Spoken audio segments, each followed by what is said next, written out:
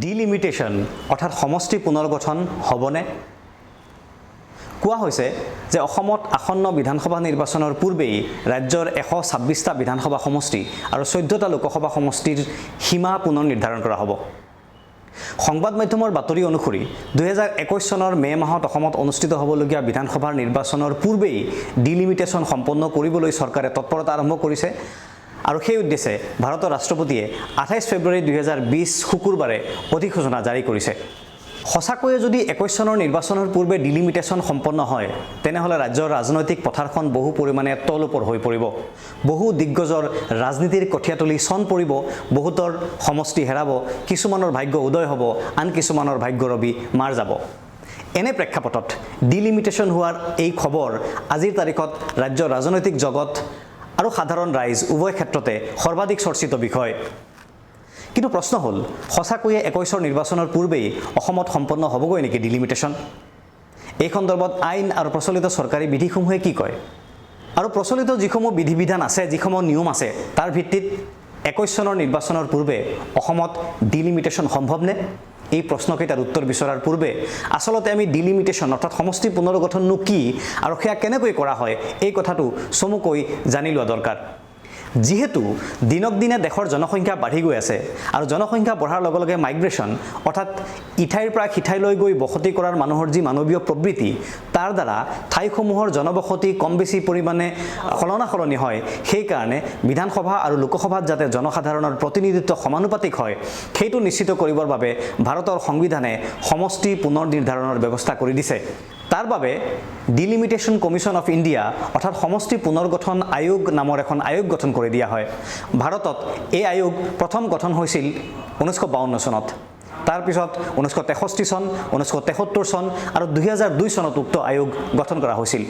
পূৰ্বৰ তিনিবাৰ দেশৰ আটাইকেইখন ৰাজ্যত একেলগে ডিলিমিটেশন হৈছিল, কিন্তু 2002 চনত গঠিত ডিলিমিটেশন আয়োগে অসমসহ উত্তৰ পূৰ্বাঞ্চলৰ 4খন ৰাজ্যক বাদ দি দেশৰ বাকী প্ৰায় আটাইকেইখন ৰাজ্যত সমষ্টি পুনৰ নিৰ্ধাৰণৰ কাম সম্পন্ন কৰে।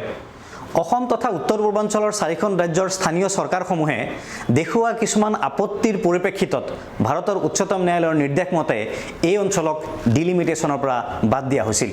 অসমক ডিলিমিটেশনৰ পৰা যিকেইটা কাৰণত বাদ দিয়া হৈছিল তাৰ ভিতৰত 3টা প্ৰধান কাৰণ আছিল। প্ৰথম, আইন শৃংখলা পৰিস্থিতিৰ পৰিপ্ৰেক্ষিতত জনশুনানি অনুষ্ঠিত কৰিব নোৱাৰা। 2, প্ৰকাশিত খচৰাত জনগোষ্ঠীসমূহৰ উপযুক্ত প্ৰতিনিধিত্ব সুনিশ্চিত নোহোৱা। And third and most importantly, ৰাষ্ট্ৰীয় নাগৰিকপঞ্জী অৰ্থাৎ NRCৰ কাম সম্পূৰ্ণ হোৱাৰ ফলত সমষ্টিসমূহত বিদেশী লোক সোমাই থকাৰ সম্ভাৱনা। অসমত ডিলিমিটেশন বন্ধৰ সেই অধিসূচনা জাৰি কৰা হৈছিল 2008 চনৰ 26 নৱেম্বৰত আৰু এইবাৰ ভাৰত চৰকাৰৰ আইন আৰু সামাজিক ন্যায় মন্ত্ৰণালয়ে 11 বছৰ পুৰণি সেই অধিসূচনাখন বাতিল কৰি যোৱা 28 ফেব্ৰুৱাৰীৰ দিনা নতুন অধিসূচনা জাৰি কৰে।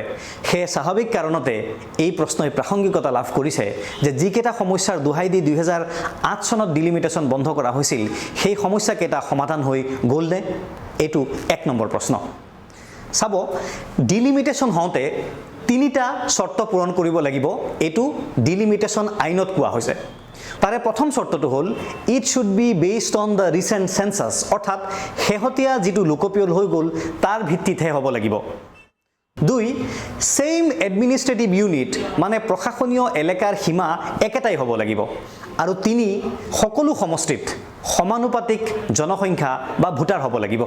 কিন্তু এতিয়া ডিলিমিটেশন কমিশনৰ যিখন প্ৰতিবেদনৰ ওপৰত ভিত্তি কৰি সমষ্টি পুনৰ্গঠন কৰিম বুলি কোৱা হৈছে সেইখন প্ৰস্তুত কৰা হৈছিল 2007 চনত।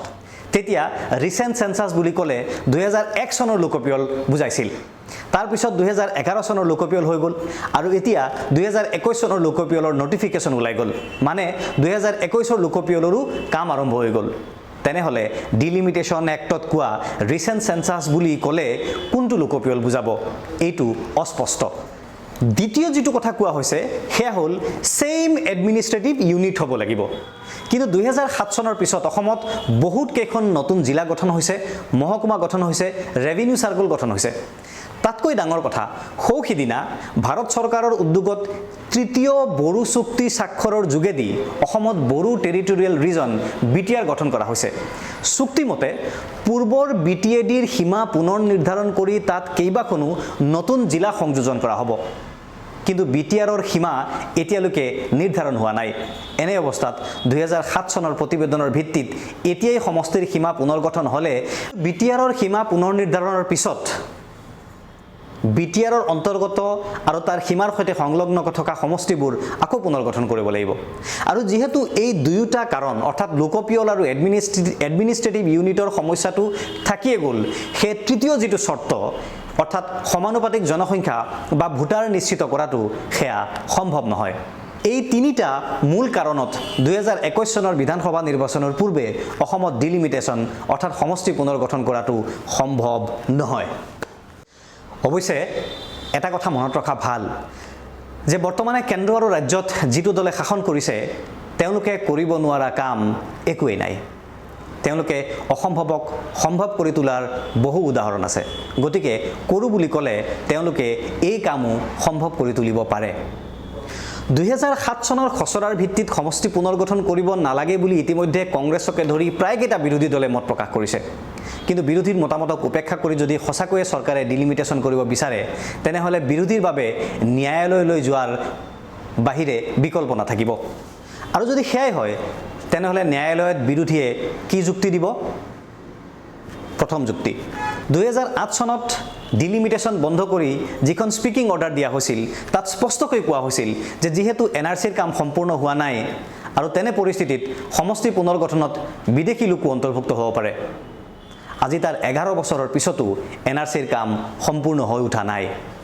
2, NRC অবিহনে সমষ্টি পুনৰ্গঠন হ'ব নালাগে বুলি অসমৰ আটাইকেইটা ৰাজনৈতিক দলে ঐক্যমত প্ৰকাশ কৰিছিল আৰু আনকি বিধানসভাৰ ভিতৰতো উক্ত ঐক্যমতৰ ভিত্তিত সৰ্বসন্মত প্ৰস্তাৱ গ্ৰহণ কৰি ডিলিমিটেশ্যন কমিশ্যনলৈ প্ৰেৰণ কৰা হৈছিল। এতিয়া না ৰাজনৈতিক দলসমূহে তেওঁলোকৰ পূৰ্বৰ স্থিতি প্ৰত্যাহাৰ কৰিছে না বিধানসভাই আগৰ সেই সৰ্বসন্মত প্ৰস্তাৱ প্ৰত্যাহাৰ কৰিছে। এনে অৱস্থাত 2007 চনৰ খচৰাক চূড়ান্ত ৰূপ দিলে বিধানসভাখনকে অৱমাননা কৰা হ'ব।